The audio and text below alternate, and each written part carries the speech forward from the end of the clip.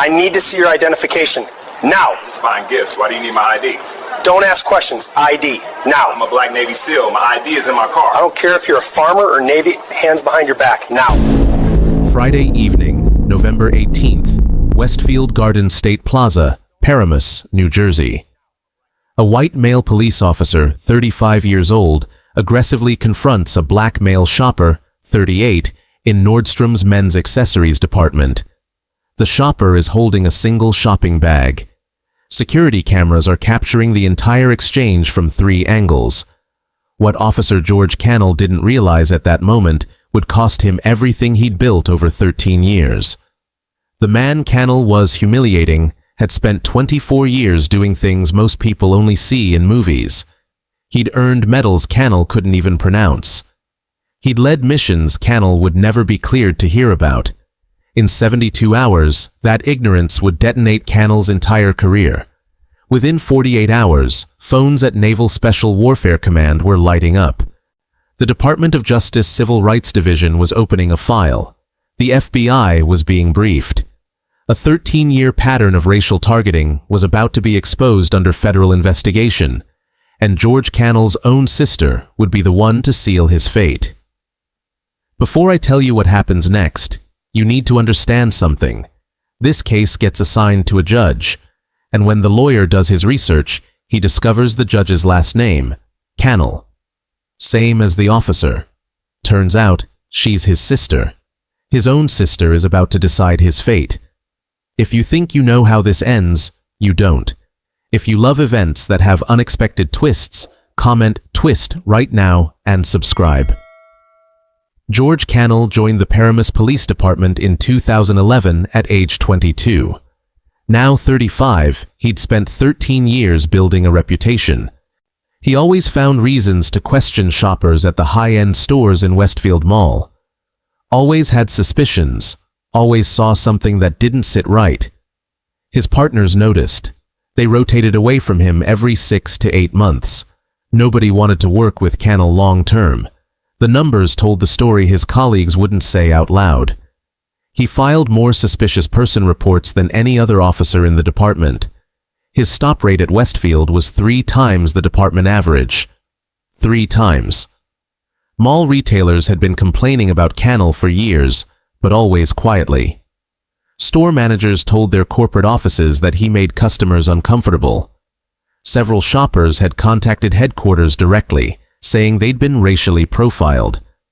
Between 2011 and 2024, Paramus PD received 24 formal complaints about Officer George Cannell. 24. Each time, Internal Affairs investigated. Each time, the conclusion was the same. Officer followed proper procedure. Case closed. But the pattern was there, clear as day to anyone willing to look. Cannell's personnel file showed that 76% of his stops involved minority shoppers. The mall's actual demographics? 43% minority. The math didn't lie. The disparity was staggering. But nobody connected the dots because nobody wanted to. Addressing it would mean admitting the department had ignored a problem for over a decade. November 18th started like any other Friday evening shift for Cannell. He positioned himself near the Nordstrom entrance around 6:15 p.m. Black Friday shopping season was approaching, so the crowds were heavier than usual. Families browsing together, couples holding hands, solo shoppers moving from display to display. Cannell watched them all, but his attention kept drifting back to one person in particular. A black man in his late 30s, browsing the accessories section. Well-dressed, dark jeans, leather jacket, carrying a Nordstrom shopping bag.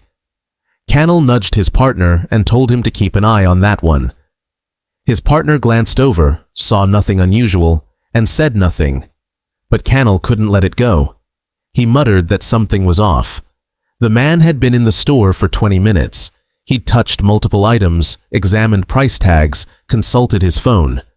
To Cannell, this looked like casing behavior, someone planning a theft, scoping out what to steal. To anyone else, it looked like shopping. But Cannell had already made up his mind. This man didn't belong here. He moved closer, hand resting on his duty belt, I ready to intervene. The man George Cannell was watching had a name.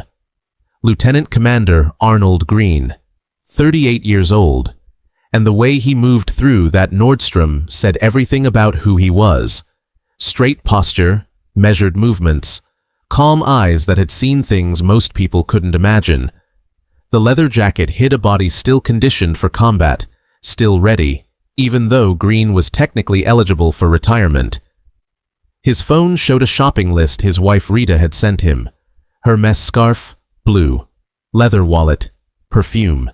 Anniversary surprise. Green had been a Navy SEAL for 24 years.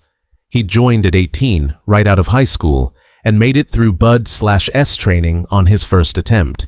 Not everyone does. Most don't. But Green did. 4 deployments to Iraq and Afghanistan between 2009 and 2023. 3 Navy Crosses, the 3rd highest combat decoration this country awards. 1 Silver Star, the 4th highest. These aren't participation trophies. These are medals you earn by doing things that put your life on the line while saving others. Green was currently assigned to Naval Special Warfare Development Group. If you know anything about the SEAL teams, you know that's the most elite unit, the tip of the spear. But on this Friday evening, Green wasn't thinking about any of that. Tomorrow was his wife Rita's 40th birthday. Rita worked as a pediatric nurse at Hackensack University Medical Center. They'd been married for 15 years. 15 years of deployments, training rotations, and missed moments. Green had missed her 35th birthday because he was deployed. Missed her 36th because of training. Missed her 38th because he was overseas again. This year, he'd promised her something different. He'd be there, and he'd make it special. He'd taken leave specifically for this weekend. The gifts he was selecting represented months of planning. He'd already bought her a weekend trip to Martha's Vineyard, but these were the physical gifts she'd open at dinner tomorrow night. The scarf, the wallet, the perfume. He wanted everything to be perfect. Earlier that evening, Green had stopped at the grocery store. He'd picked up everything they needed for the birthday dinner he was planning. Fresh ingredients, her favorite wine, flowers. He'd left all the groceries in his car before heading into the mall. He wanted to focus completely on getting these gifts right. His military ID was still in the car too, in the console where he'd placed it after using it at the base earlier that week. Green grew up in Newark, New Jersey, just 30 miles from this mall. His father was a postal worker. His mother was a school teacher. He was the first person in his family to join the military. When he told his parents he wanted to be a Navy SEAL, his father looked at him and told him that black men don't do that. Green's response? Then I'll be the first they notice. And he proved everyone wrong. His career became his parents' pride before they both passed away. Rita became his anchor, the person who kept him human through 24 years of violence and loss. His daughters, now 12 and 14, were finally old enough to understand what their father actually did. Green was trying to be more present now that missions were fewer. This shopping trip was part of that commitment. Being there, showing up, making memories instead of missing them. Because Green picked up a Hermes scarf from the display. $425. He examined the silk quality, comparing it to a photo Rita had sent him months ago. She'd seen it online, mentioned it once in passing. Green remembered. Behind him, a shadow fell across the display. He didn't notice yet. He was too focused on getting this right. Someone cleared their throat. Green looked up, still holding the scarf. Officer George Cannell was standing right there. Cannell ordered him to put that down and step away from the counter. Green looked up, confused, asking if there was a problem. Cannell repeated his command more forcefully. Green carefully placed the scarf back on the display and asked again if there was a problem. Cannell stepped closer and told Green he'd ask the questions. He demanded to know what Green was doing in that section. Green explained he was shopping for his wife's birthday. Cannell cut him off and demanded ID immediately. Green reached for his wallet slowly, keeping his hands visible. He'd been trained for situations like this. Stay calm, move deliberately, don't give them a reason. But when he opened his wallet, he realized his military ID wasn't there. It was in his car with the groceries. Cannell told him to move slowly and keep his hands visible. Green produced his driver's license, handing it over. He explained his military ID was in his car. He'd left it there after stopping at the grocery store. Cannell barely glanced at the license and asked if this was his only ID.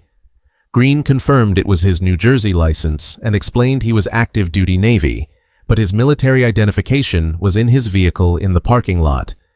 Cannell smirked and asked what a guy like him was doing shopping there. The comment landed. Green felt it. He asked Cannell to clarify what he meant by a guy like me. Cannell told him he knew what he meant. The stuff was expensive. Green fit a description of someone who'd been stealing from the store.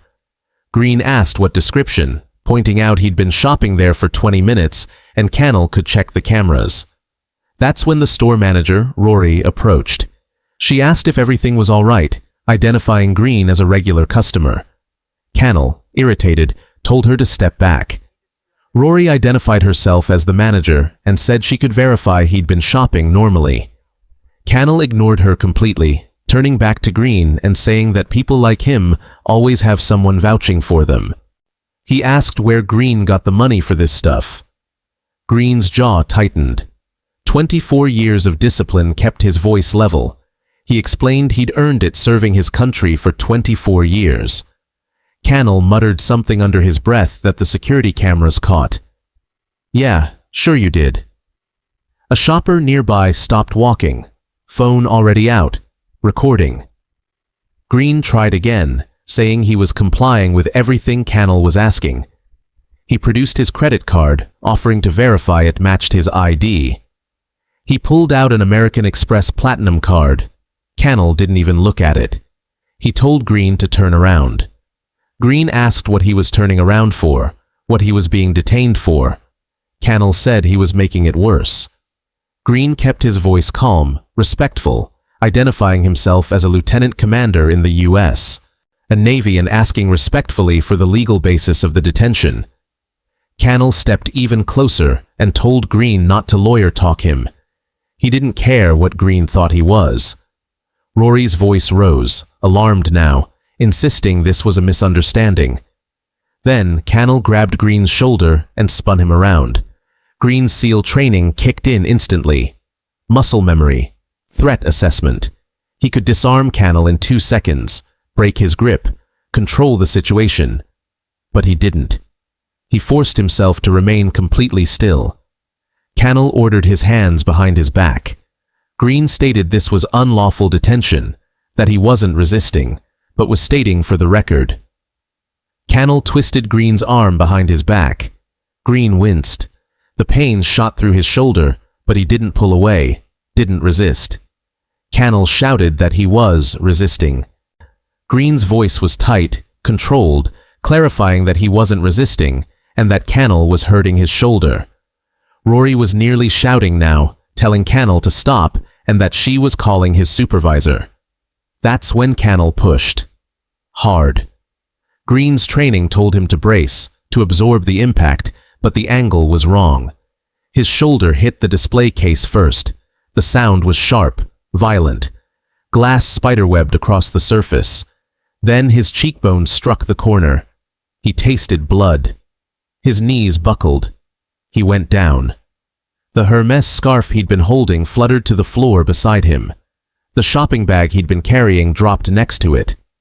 A woman screamed. Phones were out everywhere now, at least a dozen people filming. Security cameras capturing it all from 3 angles. Cannell standing over Green, knee moving toward his back. Mean Green's voice cut through the chaos, calm despite everything. He stated his name clearly, Lieutenant Commander Arnold Green, U.S. Navy, and recited his serial number. Every digit. Cannell told him to shut up. Cannell's knee pressed into Green's spine. Green tried to speak through the pressure, explaining he had a combat injury to his L4 vertebra and the pressure was hurting him. Cannell said he should have thought about that before he resisted. Green clarified he didn't resist and that everyone there saw what happened. Cannell wrenched the handcuffs tighter than necessary. Green's hands went white, circulation cutting off. Cannell muttered that these people don't know what he sees every day. People like Green coming into places like this, thinking they can just... He didn't finish the sentence, but the cameras caught everything. Rory's voice was shaking. She identified herself as the store manager and stated officially that Green had done nothing wrong. An elderly white woman spoke up, asking why Cannell was doing this when Green was just shopping. Cannell snapped at them to back up, saying this was police business. A young black teenager, voice shaking with fear and anger, said Green didn't do anything and that he saw everything. Cannell whipped around toward the kid and asked if he wanted to be next, ordering him to back up. The teenager kept filming. A white man in a suit stepped forward, identifying himself as an attorney and stating this was unlawful use of force, demanding Cannell release Green immediately. Green, still on the ground, spoke clearly, asking everyone not to interfere, but to just record and document everything.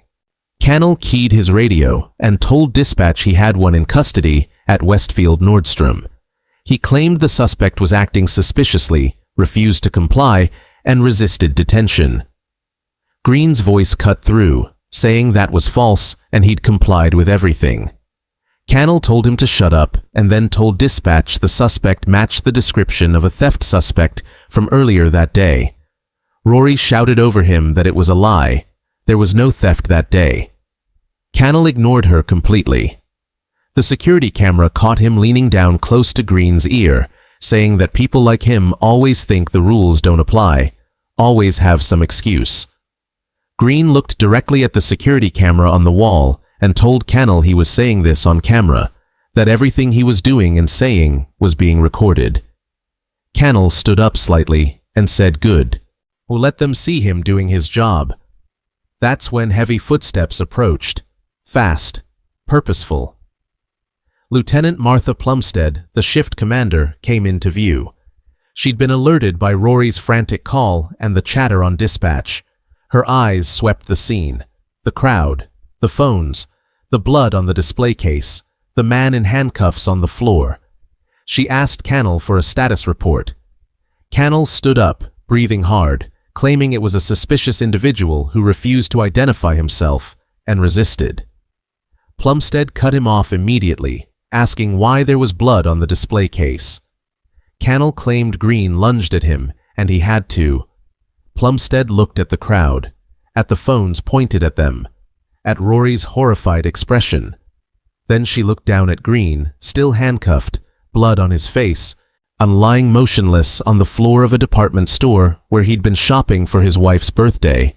Her voice was ice. She ordered Cannell to get him up immediately. If you're still watching, drop a comment right now and tell me if you think Cannell knew in that moment that his career was already over. And make sure you're subscribed, because what happens next proves that sometimes justice doesn't just knock, it kicks the door down. Plumstead ordered Cannell to give her Green's ID. Cannell hesitated for just a second before handing over Green's driver's license. Lieutenant Plumstead examined it carefully. Green, still on the ground, explained that his military ID was in his car. He'd left it there with his groceries before coming into the mall. Plumstead looked down at Green and asked him to repeat that. Green's voice was steady. He explained he was Lieutenant Commander Arnold Green, U.S. Navy, and his military identification was in his vehicle in the parking lot. He'd stopped at the grocery store before coming to the mall and left his military ID in the car console. Plumstead's expression changed. She looked at Cannell, then back at Green. She asked if he was injured.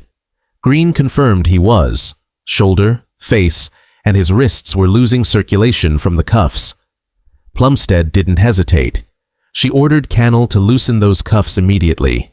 She keyed her radio and asked dispatch to run a verification on the name Arnold Green against the Department of Defense active duty database.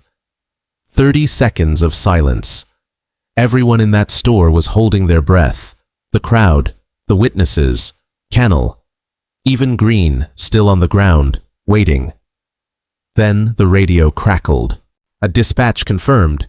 Lieutenant Commander Arnold Michael Green, active duty, Naval Special Warfare Development Group, security clearance level. The dispatcher paused, saying he couldn't read that part out on the channel. Plumstead closed her eyes briefly, just for a moment. Then she opened them, and her voice was ice-cold steel. She copied that and requested a supervisor to Nordstrom immediately. She turned to Cannell and ordered him to get Green up and get those cuffs off right now. Cannell removed the handcuffs. Green stood slowly, blood on his face, shoulder visibly injured. He didn't rush, didn't make sudden movements, just stood there with the kind of calm that only comes from years of controlling situations far more dangerous than this one. Plumstead's voice softened when she addressed him. She asked Commander Green to help her understand what happened from his perspective. Green's voice was steady, factual. He explained he'd been shopping for his wife's birthday gifts. He'd stopped at the grocery store earlier and left his groceries and military ID in his car before entering the mall. Officer Cannell approached him without cause, demanded ID, refused to accept his explanation about his military credentials being in his vehicle, accused him of theft despite no evidence, and used physical force when he asked for the legal basis of detention. He noted the store manager could verify he was shopping normally. There were at least a dozen witnesses and multiple security cameras. Plumstead turned to Rory, the store manager, asking if this was accurate. Rory's voice was shaking with anger now. She confirmed it was completely accurate and revealed that Officer Cannell had done this before with other customers. She'd reported it to mall security 3 times this year. 3 times, in 1 year alone. Green spoke again, saying he needed to state something for the record. Plumstead told him to go ahead. Green stated that Officer Cannell made several comments about people like me and questioned whether he could afford items there. He explained he was a 24-year military veteran who'd never stolen anything in his life. The only reason he was stopped was the color of his skin. Silence fell over the store. Complete silence. Plumstead's next question was direct. She asked if that was on camera. Multiple witnesses answered at once, confirming it was. The teenage kid who'd been filming spoke up, voice still shaking, saying he had it on his phone too with clear audio. Plumstead nodded slowly. She told Commander Green she was requesting EMS to check his injuries and was formally documenting this incident as a complaint against Officer Cannell. She asked if he wished to file charges. Green didn't hesitate. He confirmed he did, for assault, battery, false imprisonment, and civil rights violations. Plumstead acknowledged this and turned to Cannell, relieving him of duty effective immediately. She demanded his badge and weapon. Cannell tried one last time, saying he was just... Plumstead cut him off, demanding his badge, weapon, and radio immediately, placing him on administrative leave pending investigation. The look on Cannell's face said everything. He'd just realized this wasn't going away. Plumstead stepped away and made a call. Within 10 minutes, Captain Jackson Lewis arrived at the scene. He walked straight to Green and introduced himself, apologizing on behalf of the department. He informed Green they were treating this as a priority internal investigation. Green's response was measured but firm. He said with respect, this needed to go beyond internal. The officer had a pattern. Louis nodded, saying he understood and had already contacted the Bergen County Prosecutor's Office. They'd be sending investigators. Green stated he'd also be contacting his chain of command and private counsel. Louis met his eyes and acknowledged that was his right. Green made the first call right there in the store to Naval Special Warfare Command. By 8 p.m. that evening, a Navy JAG attorney was on a plane from Norfolk, Virginia. By 9:30 p.m., the incident had been reported to the Department of Defense Office of the Inspector General. By 11 p.m., the FBI Civil Rights Division had been notified. Somewhere across town, civil rights attorney Jason Bingley got a call from a colleague telling him he needed to see a video. Bingley pulled up the security footage on his laptop, watched it once, watched it again. Then he said 6 words that would change everything. "This isn't just assault. This is a pattern case." He told his colleague to get him everything on Officer George Cannell. While all of this was happening, George Cannell sat in an interview room at Paramus PD headquarters. He'd been separated from his badge, weapon, and radio for 2 hours. His union rep sat beside him, getting more nervous by the minute. Say Captain Lewis walked in and told Officer Cannell he needed to understand the severity of the situation. The man he detained was a decorated Navy SEAL with multiple combat awards. The incident was captured on multiple cameras and witness phones. The video was already circulating online. They were receiving calls from the FBI, DOD, and the governor's office. Cannell tried to defend himself, saying he was doing his job, and if Green had just... His union rep cut him off immediately, telling him to stop talking. Lewis leaned forward and informed Cannell he was facing criminal charges and federal civil rights investigation. He suggested getting an attorney. Jason Bingley didn't waste time. He filed Freedom of Information Act requests for Cannell's complete personnel file. Within days, the requests came back. 24 formal complaints over 13 years. 24. Bingley cross-referenced those complaints with mall security logs. A pattern emerged. Between 2011 and 2024, Officer George Cannell had stopped 187 people at Westfield Mall. 142 of them were minorities. That's 76%. The mall's actual demographics showed only 43% minority shoppers. Bingley ran a statistical analysis. The disparity wasn't random. The p-value was less than 0.001. In statistics, that means the probability this happened by chance is virtually 0. Bingley contacted every single person who'd filed a complaint. 24 people agreed to provide testimony. Their stories were nearly identical. Baseless stops, degrading questions, accusations without evidence. Same officer, same pattern, different faces. Arnold Green sat across from FBI investigators and gave his formal statement. His voice was calm, factual, precise. He explained he didn't react because he was trained not to, but he wanted to be clear. His training shouldn't have been necessary. No American should need Navy SEAL discipline to survive a shopping trip. Officer Cannell saw a black man in an expensive store and assumed criminality. That assumption, backed by a badge and a gun, was why they were there. The investigator asked if he felt his life was in danger. Green didn't hesitate. He said yes. He'd been in combat. He knew what it looked like when someone had decided you're a threat. Officer Cannell had decided that before he even approached him. As the investigation continued, the other victims started coming forward publicly. Jennifer Wu stopped in 2019. He said Cannell told her she looked suspicious for looking at jewelry. She was a dentist shopping for her anniversary. Darius Williams stopped in 2022, said Cannell asked him if he knew how much things cost there, like he couldn't read price tags. Shanice Davis stopped in 2020, said Cannell made her empty her purse in front of everyone. He found nothing, never apologized. All 24 victims. Similar stories, similar demographics, same officer. The pattern was undeniable. The civil suit was filed.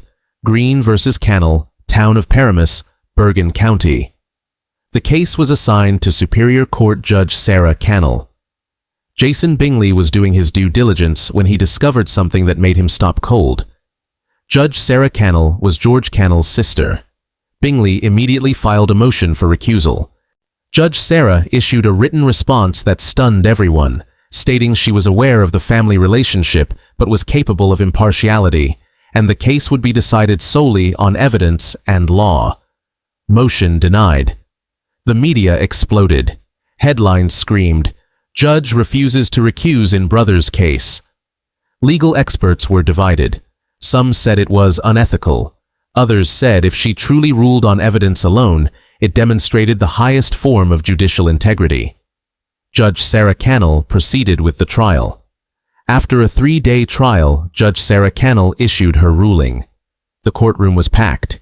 Media, activists, veterans, the 24 victims, everyone waiting. Judge Sarah's voice was clear and unwavering. She stated the evidence was overwhelming. Video footage, witness testimony, and statistical analysis demonstrated a clear pattern of racially motivated targeting by Officer George Cannell. The harm to Commander Green was severe, documented, and entirely preventable. While her personal relationship to the defendant had been raised, her duty was to the law, not to family. The law was clear. Judgment for Arnold Green: $35.6 million, $10.6 million, compensatory for medical expenses, emotional distress, and career impact. $25 million punitive to deter future misconduct. The courtroom gasped. George Cannell slumped in his chair. Judge Sarah Cannell's face showed nothing. But the money was just the beginning. George Cannell was terminated from the Paramus Police Department. Criminal charges were filed: assault, battery, deprivation of civil rights under color of law, filing a false police report. His law enforcement certification was permanently revoked in New Jersey. Federal civil rights charges were pending, carrying up to 10 years in prison. His career was over, his reputation destroyed, his future unemployable in any law enforcement capacity anywhere in this country. The Paramus Police Department entered into a consent decree with the New Jersey Attorney General. Mandatory bias training was implemented. Body cameras became required for all mall details. An independent review board was created specifically for discrimination complaints. 3 supervisors who had ignored complaints about Cannell were forced into retirement, and Arnold Green's case became required training material in police academies across the country. Green donated $29 million of that settlement, $15 million to the NAACP Legal Defense Fund, $8 million to Iraq and Afghanistan, Veterans of America, $6 million to establish the Rita Green Scholarship Fund for children of military families affected by discrimination. He kept $6.6 million for his family, retirement, and his daughter's futures. Green was invited to speak at the Naval Academy graduation ceremony. He stood at that podium and said something that brought the room to silence. The uniform doesn't protect you from prejudice, but character, documentation, and courage can demand accountability. 1 year later, Arnold Green returned to Nordstrom at Westfield Garden State Plaza. Same store, same section. Rory, the store manager, saw him and smiled, welcoming him back. Green said he was just shopping for his wife's birthday. Rory told him to take his time and thanked him. Green picked up a Hermes scarf. Blue, just like before. He walked to the register, paid for it without incident, and walked out of that store with his dignity intact. This case proved that accountability is possible when evidence is undeniable and courage meets injustice. George Cannell learned that a badge doesn't grant immunity from consequences. Judge Sarah Cannell showed that integrity can transcend family loyalty, and Arnold Green proved that 24 years of service means something. If this story impacted you, share it with someone who needs to see it. Subscribe to this channel because we bring you stories where justice isn't just hoped for, it's delivered. And comment below, what would you have done in Green's position? Would you have stayed calm or would the rage have taken over?